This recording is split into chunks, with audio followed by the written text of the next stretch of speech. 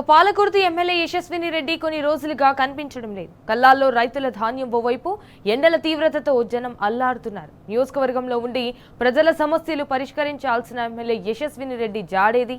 జనం బాధల్లో ఉంటే ఆ వైపు కన్నెత్తి చూసే సమయం ఎమ్మెల్యేకు లేదా? ఇదేనా ఎమ్మెల్యే పాలన దక్షత అని పాలకుర్తి జనం గుస్సా అవుతున్నారు.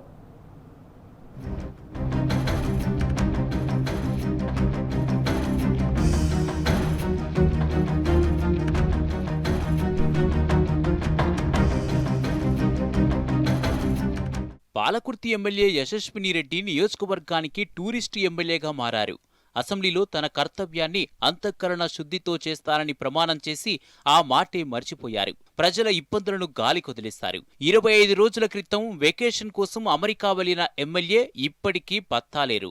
రైతులు, నియోజకవర్గ ప్రజలు కష్టాల్లో ఉంటే పట్టించుకోరా అని ప్రజలు ఆగ్రహం వ్యక్తం చేస్తున్నారు. పంట కొనుగోళ్లు సరిగ్గా జరగక వడ్లు, మక్కలు కుప్పలుగా పోసి రైతులు నిరీక్షిస్తున్నారు. అధికారులను పరుగులు పెట్టించి సమస్య పరిష్కరించాల్సిన ఎమ్మెల్యే యశస్విని రెడ్డి పట్టించుకున్న పాపాన లేదు. యశస్విని రెడ్డి ఎమ్మెల్యేగా గెలిచినప్పటి నుంచి 8 సార్లు అమెరికా వెళ్లారని, వ్యాపారాలు, ఇతర కుటుంబ వ్యవహారాల్లో బిజీగా ఉండే వ్యక్తులు రాజకీయాల్లోకి వచ్చి ఎందుకు ప్రజలను ఇబ్బంది పెడుతున్నారని సర్వత్రా విమర్శలు వస్తున్నాయి.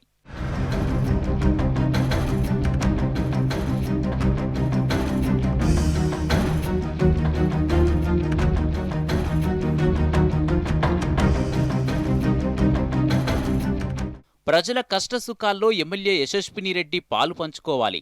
కానీ ఆమె సమ్మర్ వెకేషన్ కోసం అగ్రరాజ్యంలో సేద తీరుతోంది. పాలకుర్తి నియోజకవర్గంలోని 6 మండలాల్లో ధాన్యం ఎప్పుడు కాంటా అవుతుందో తెలియని పరిస్థితి నెలకొంది. ఎమ్మెల్యే యశస్విని అమెరికా వెళ్తే తమ గోడును ఎవరు ఆలకిస్తారని రైతులు ప్రశ్నిస్తున్నారు. కల్లాలలో ఉన్న ధాన్యం కొనుగోలు చేయించాల్సిన ఎమ్మెల్యే అమెరికా వెళ్తే మా కష్టాలు ఎవరికి చెప్పుకోవాలని పాలకుర్తి రైతులు ప్రశ్నిస్తున్నారు. పంట కొనుగోలు సెంటర్లో అధికారులను పరుగులు పెట్టించాల్సింది పోయి మాకు ఏ సంబంధం లేదన్నట్టు ఎమ్మెల్యే తీరు ఉందని మండిపడుతున్నారు.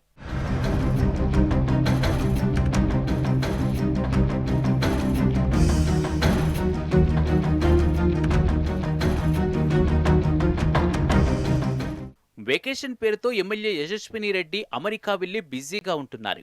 జనం గోడును ఆలకించడం లేదు. ప్రజల సమస్యలపై మాజీ మంత్రి ఎర్రబెల్లి దయాకర్ రావు పోరాటం చేస్తున్నారు. ధాన్యం కొనుగోలు సెంటర్ల వద్దకెళ్లి రైతుల కష్టాలు తెలుసుకుంటున్నారు.